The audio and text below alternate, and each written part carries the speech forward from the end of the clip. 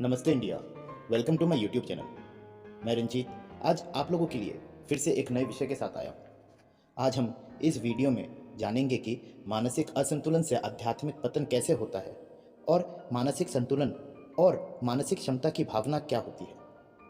तो चलिए जानते हैं कि मानसिक असंतुलन से आध्यात्मिक पतन क्या है। मानसिक असंतुलन से केवल सांसारिक और भौतिक क्षेत्र में ही हानि नहीं उठानी पड़ती, बल्कि उसके साथ आध्यात्मिक दृष्टि से भी उसका परिणाम अनिष्टकारी होता है। जो लोग मानसिक उत्तेजना के शीघ्र वशीभूत हो जाते हैं, उनमें अभिमान और लोभ की मात्रा बढ़ जाती है और यह दोनों तत्व अन्य अनेक प्रकार के दोषों की उत्पत्ति करते हैं। अभिमान एक प्रकार का नाश है, जिसे मदहोश होकर मनुष्य अपने को दूसरों से बड़ा और दूसरों को अपने से छोटा समझता है। वह इस बात को पसंद करता है कि दूसरे लोग उसकी खुशामद करें, उसे बड़ा समझें, उसकी बात माने। जब इसमें कुछ कमी आती है तो वह अपना अपमान समझता है और क्रोध से सांप की तरह फुंकारने लगता है। वह नहीं चाहता कि कोई मुझसे धन में, विद्या में, बल में, प्रतिष्ठा में बड़ा या बराबर का हो। इसलिए जिस किसी को वह थोड़ी सुख या संपन्न देखता है, उससे उसे ईर्ष्या या द्वेष करने लगता है। अहंकार की पूर्ति के लिए अपनी संपन्नता बढ़ाना चाहता है। संपन्नता सद्गुण से, श्रम से, लगातार परिश्रम करने से मिलती है, पर अभिमान के नशे में चूर व्यक्ति इस सीधे साधे मार्ग पर चलने में सामर्थ्य नहीं होता। वह अनीति और बेईमानी पर उतर आता है। अभिमान का अर्थ होता है आत्मा की गिरावट। अपने को दीन, तुच्छ, अयोग्य, असमर्थ समझने वाले लोग संसार में दीनहीन बनकर रहते हैं। उनकी प्रतिभा कुंठित हो जाती है।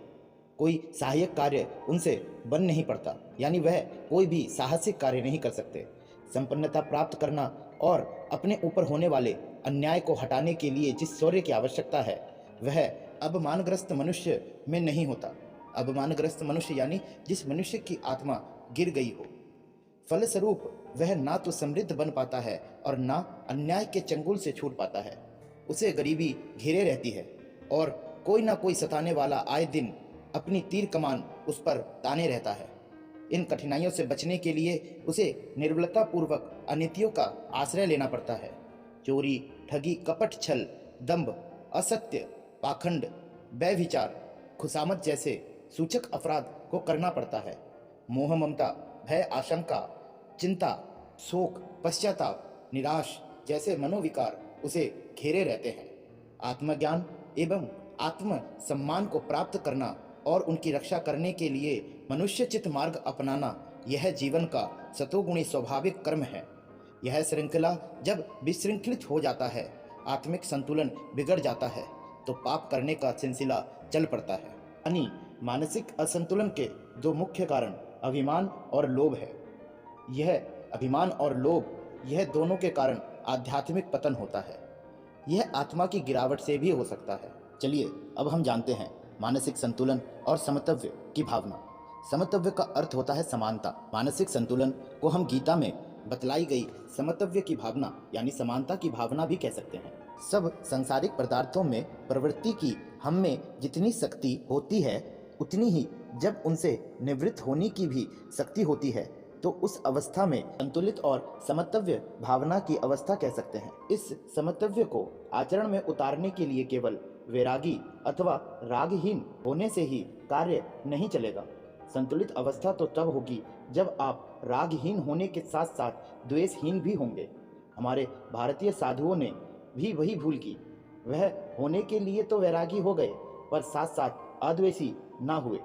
राग से बचने की धुन में उन्होंने द्वेष को अपना लिया। संसार के सुख दुख से संबंध ना होने की चाह में उन्होंने संसार से अपना संबंध विच्छेद कर लिया, उसकी सेवाओं से अपना मुख मोड़ लिया। जब दो गुण ऐसे होते हैं जो मनुष्य को परस्पर विपरीत दिशाओं में प्रवृत्त करते हैं, तो उनके पारस्परिक संयोग से चित्त की जो अवस्था होती है, उससे ही संतुलित अवस्था कहते हैं। दया मनुष्य को दूसरों का दुख दूर करने की प्रवृत्ति करता है, पर निर्मोह और निर्मित्व मनुष्य को दूसरों के सुख दुख से संबंधित होने से पीछे हटाता है। अतएव दया और निर्मित्व दोनों ही एक बराबर होने से चित्त संतुलित होता है। जहाँ दया मनुष्य को अनुरुक्त करती है, वही निर्मित्व विरक्त करता है। दया में प्रवृत्ति नामक और निर्मित्व में निर्वित्त नामक शक्ति होती है। उसी तरह संतोष और परिश्रमशीलता एक दूसरे की संतुलन करते हैं। परिश्रमशीलता में प्रवृत्तितामक और संतोष में निर्वित्ततामक शक्ति है। उसी तरह सत्यता और मधुभाषिता, सरलता और दृढ़ता, विनय और निर्भीकता, नम्रता और तेज, सेवा और अनासक्ति, शुचिता और घृणिता, स्वतंत्रता और उदारितव्य, तीक्ष्णता और आत्मरक्षा, निष्कामता और आलस्यहीनता परस्पर एक दूसरे को संतुलित करते हैं। इन युगमों से यदि केवल एक का भी विकास हो और दूसरों की विकास की ओर ध्यान ना दिया जाए तो मनुष्य का व्यक्तित्व असंतुलित एवं एकांगिक हो जाता है। स्वतंत्रता प्राप्त व्यक्ति पर अंकुश ना होने से उसमें निरंकुशता और उच्छृंखलता बढ़ जाती है। दृढ़ प्रकृति वाले व्यक्ति में हट करने की प्रवृत्ति हो सकती है। प्रभुत्वशाली व्यक्ति में अभिमान बढ़ सकता है। इन व्यक्तियों में कर्मठ आत्मनिर्भरता, उत्तरदायित्व, हठहीनता का विकास नहीं होगा। तब तक उनके गुण अपनी अपनी सीमाओं के भीतर नहीं रह पाएंगे। इसीलिए यह सभी गुण एक दूसरों को मर्यादित करते हैं और एक दूसरे के पूरक हैं।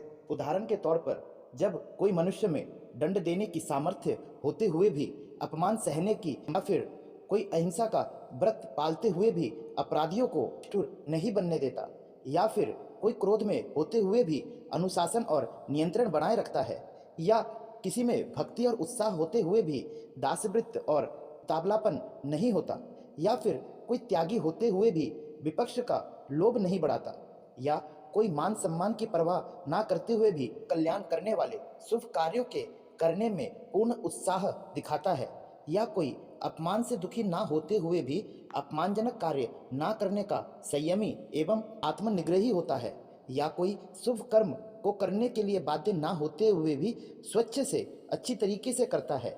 जब वह किसी कार्य में प्रवृत्त होने के साथ साथ उसे निवृत्त भी हो सकता है, तब उसके चरित्र को या फिर गुणों वालियों में संतुलन आ जाता है। जब दो विचारधाराएं मनुष्य से भिन्न भिन्न क्षेत्र में कार्य कराती हैं, तब उनके सामान्यव्यय से जो स्थिति होती है उसे संतुलित विचारधारा कहते हैं। आत्मसुख की भावना बहुधा मनुष्य को सामर्थ्य कर्मों में प्रवृत्त करती है, और जो लोक सुख की भावना है वह लोक कल्याण के कार्य में। अतएव आत्मसुख और लोक सुख दो विभिन्न दृष्टिकोण हुए। इनके सामान्यव्यय से जो स्थिति होती है वह संतुलित विचार पद्धति है। जिस किसी की भी विचारधारा में पूर्व और पश्चिम के आदर्शों का सामान्यव्यय, भौतिकवाद और आत्मवाद का सामान्यव्यय, आदर्श और यथार्थ का सामान्यव्यय हुआ हो, और जो मध्यम मार्ग को अपनाए हुए हो, उसी की विचारधारा संतुलित है। जब हम किसी एक ही कार्य के पीछे पड़ जाते हैं, अथवा हम जब किसी कार्य में अति करने के कारण दूसरे कारणिक कार्य को भूल जाते हैं, तब हमारी कार्य पद्धति असंतुलित होती है। यदि हम एकदम धन कमाने के पीछे पड़ जाएं, अथवा यदि हम केवल पढ़ने में ही सारा समय बिताने लगे, तो कार्य पद्धति असंतुलित हो जाएगी। उदाहरण के तौर पे ही समझिए कि कोई विद्यार्थी अपने हस्तलेखन की केवल गति पे ही ध्यान दे और अक्षरों की सुंदरता पर ना दे, तो उसके प्रयत्नों को आप क्या कहेंगे? उसी प्रकार यदि किसी देश में ऐसा कोई आयोजन हो कि केवल शिक्षा की क्वालिटी या उसकी उत्कृष्टता ही एकमात्र लक्ष्य हो, और इस बात पर ध्यान ना हो कि शिक्षा अधिक से अधिक संख्या के लोगों में उपलब्ध हो सके, तो उस देश में शिक्षा शास्त्रियों की कार्य पद्धति असंतुलित ही कही जाएगी। यही बात मानव जीवन पर भी घटित होती है। हमें केवल एक ही दिशा में ध्यान को केंद्रित नहीं करना चाहिए, हमें सब दिशाओं का विकास करते हुए मानसिक संतुलन को बनाए रखना चाहिए। तभी हम मानसिक शांति के दर्शन कर सकेंगे। नेक्स्ट वीडियो में फिर से मैं आपके लिए एक नए विचारधारा, एक नए टॉपिक के साथ आऊँगा। आपको यह वीडियो कैसी लगी आप कमेंट करके ज़रूर बताएं, और वीडियो अच्छी लगी हो तो लाइक एंड शेयर करें और चैनल को सब्सक्राइब करें।